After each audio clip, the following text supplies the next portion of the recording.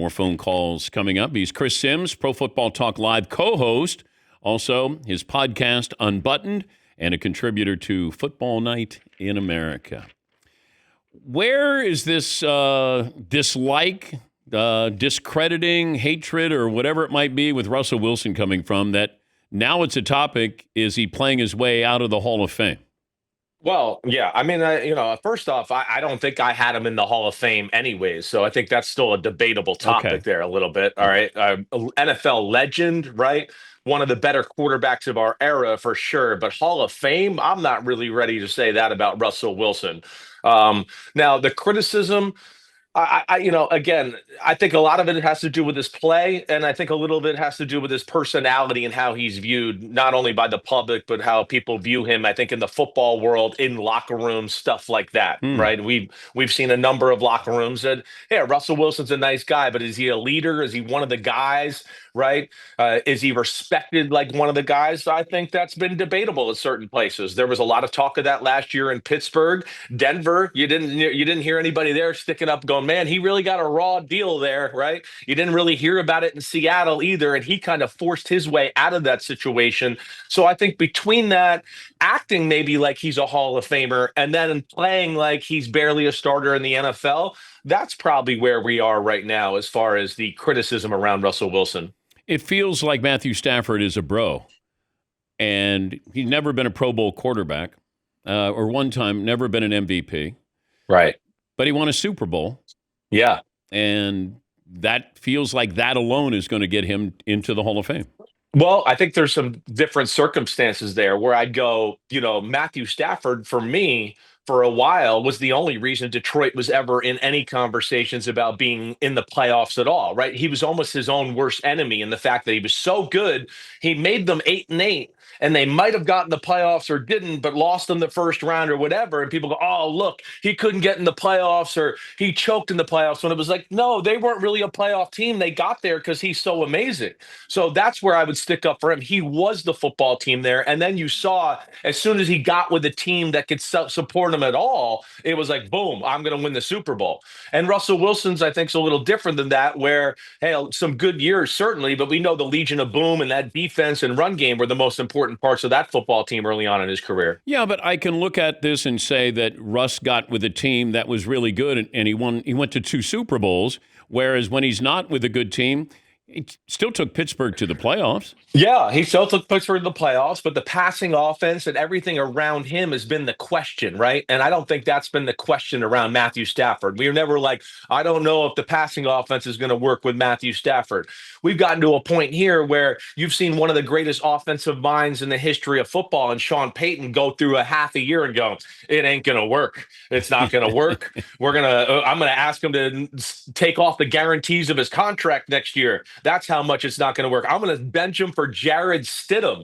So I think with all of that, and then, yeah, last year there was some moments, but again, he's limited in what he can do, Dan, right? Because he can't run and scramble anymore. He's not very good playing within the pocket, and he doesn't really work at whole offense. He's never surgical, as I would say. But he built up a resume, Chris. He built up a 10-year career, and whether you value Pro Bowls or not. No, yeah. I hear you. I respect all of that. I do. He had a lot of awesome years. There's no doubt about that. And I'm not saying I'm right about the Hall of Fame thing. That's just my opinion. I'm sure there's other people that are smart in football that maybe differ in that. So I understand the resume and all that, but I also think within the resume, the team he had and all that, it was set up so perfectly for him to look awesome, right? And he obviously didn't like it there. He wanted to be more of a guy like Josh Allen and Patrick Mahomes, where everything was around him. And we're seeing that the physical talents are not there of that, like those guys right there, and he can't do it. Talking to Chris Sims, Pro Football Talk Live co-host, the show that precedes ours on Peacock. You can see him on Football Night in America. How long should we wait for Kyler Murray? I think we've waited long enough. There's no longer to wait. It's like, hey, dude, you gotta make some plays. We gotta win some football games. We gotta win some of these tough post games here. Yeah, Kyler Murray is the guy that's, floating in that area of he's got some talent that makes you think he could be a top 10 quarterback or elite, but there's other issues in his game that make him look real average. And you saw the game last night. There's lots of moments there where, yeah, it is real average. And you expect him to make a few plays on the run that he didn't make last night in some of those throws. So, yeah, I'm a little disappointed in Kyler Murray. I expected more out of him by this time of his career. And yeah, he's getting to that point where if some results don't happen, they're going to be looking for changes out there in Arizona in the next year or two. And Marvin Harrison was a sure thing. Well, he was, yeah, to a lot. I knew he was really good. You're talking to one guy here that when I thought it was a little overhyped coming out, right? I mean, again, really good, and I know he can still be really good. He's on the right path. The problem is people tried to make him like the greatest superstar ever, and I was like, wait, I mean, there wasn't a ton of separation in college. I don't see slants where he went for 80 yards after.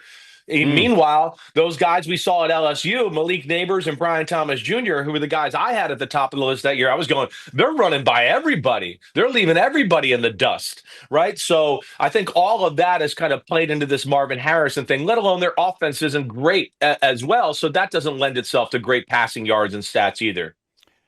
How often does this happen, what happened to Cam Newton with Tua? Because Tua's saying, anybody, I guess, can play quarterback and he like, how dare you criticize him? And I was surprised that Tua said that, since we know that Cam had a pretty storied career, but you didn't have that. But you're a great analyst. How often do you get, what do you know about the position, or how dare you critique me? Yeah, that's always. I mean, I haven't got that from players and anything like that. I think most people in the NFL know I'm pretty connected and obsessed with the sport and study it like mad and know what I'm talking about a little bit. Now I get that from fans and I see that on my social media, like, oh, your career sucked. How could you talk about this guy? So I always hear that type of stuff. That comes with the job. That doesn't mean I'm not good at evaluating players and knowing the game and understanding it that way either. And I can talk it really good too. So yeah, there's all of that. And again, one of my themes of my year on my podcast and all of that a little bit is to challenge some of these teams and what they've done with these quarterback contracts. Hey, Tua's being paid like he's Lamar, like he's Josh Allen, like he's Patrick Mahomes. Sorry, team, I'm going to blame you. I want to see those results, and I'm going to blame that quarterback too. I am. I don't know where we've gotten to this mold that we're going to pay the quarterback 4 times more as much money than the best players on the football team, even when the quarterbacks are middle of the road in the NFL. And nobody in football was going to pay Tua $55 million a year. I mean, they literally negotiated against themselves. So now they want to wonder why they're in this spot. And when you make statements that I can't do half the things Josh Allen does when you're getting ready to play him, and you're being paid just like him, and okay, the rubber meets the road there, that doesn't make sense. And I feel like we have a little of that in the NFL right now, where there's 4 or 5 guys that deserve to be paid like they are. Everybody else, I want to go, it's a little crazy. And agents and GMs have fooled the rest of the world that the quarterbacks are so much worth more money than everybody else on the football team. Should the Cowboys acknowledge Micah Parsons in a celebratory way prior to the game? I mean, I'm old school. I don't give a damn if they do, right? But at the same time, it'd probably be the classy thing to do, to make a little acknowledgement for one of the better players there that they've had in recent history, who also, left in a little bit of a weird situation, right? I mean, just a little bit. Just a little bit, yeah. Right? And we took under the, below the belt shots at him through the whole process, and tried to change the rules of the CBA. And we don't want his agent to negotiate, because he might know what he's talking about in negotiations and contracts. We'd rather talk about it to the football player. So yeah, do I think that would be the classy thing to do? I would, but if they don't do it, I'm not going to sit there and drag the Cowboys. He's only been there a short period of time. This is not like it's Randy White or Ed Too Tall Jones. Finish this sentence. Daniel Jones is a lot better than people realize, and it's one of my favorite. Well, why? Because he's got all the physical tools and the mentality to be good at quarterback.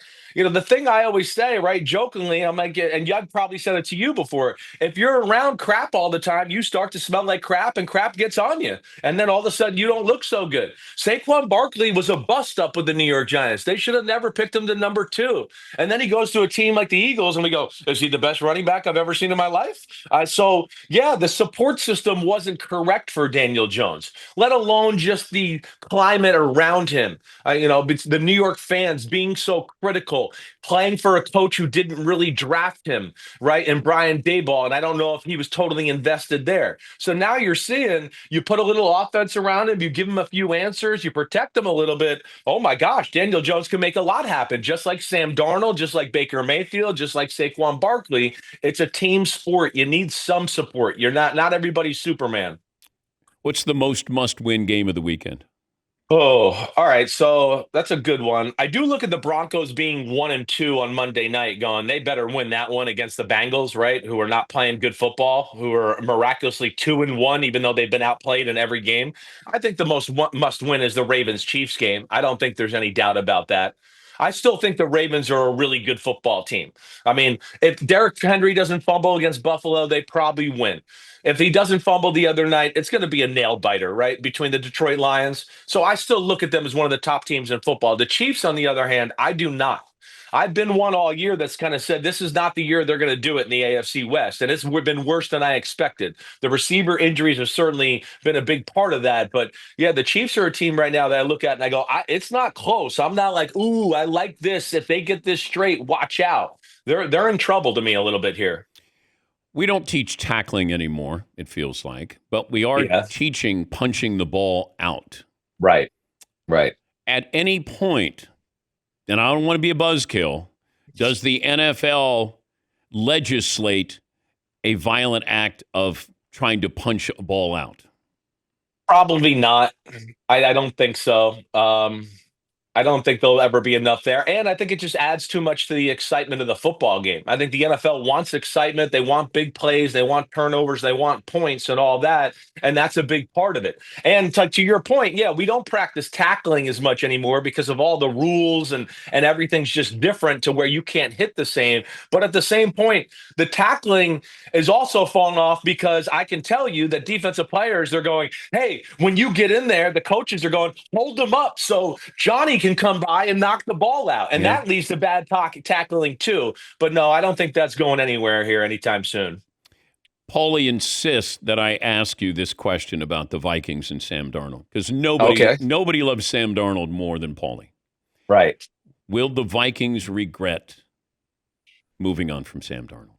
Well, they're definitely in a spot right now where you don't know where it's going to go, right? I think that's like with J.J. McCarthy, the fact that he didn't play his rookie year, here we are, year 2, it was a little shaky in the game and a half that he did play, right? And now we're going to wait another few weeks for his development, and you go, I don't know where this quarterback situation is going to go for the rest of the year. It might be a problem. They might really have to manage it. Yeah, from that standpoint, I think they're gonna regret it this year. But I think the long play, they will not regret it when it's all said and done. I still believe in J.J. McCarthy, and more than that, I just believe in Kevin O'Connell and his ability to groom these quarterbacks and make them pretty awesome on the field. Yeah, I'm all in on that. I just didn't see that J.J. McCarthy. Oh my gosh, and I hear you, and I trust your judgment. As much, if not more so than anybody.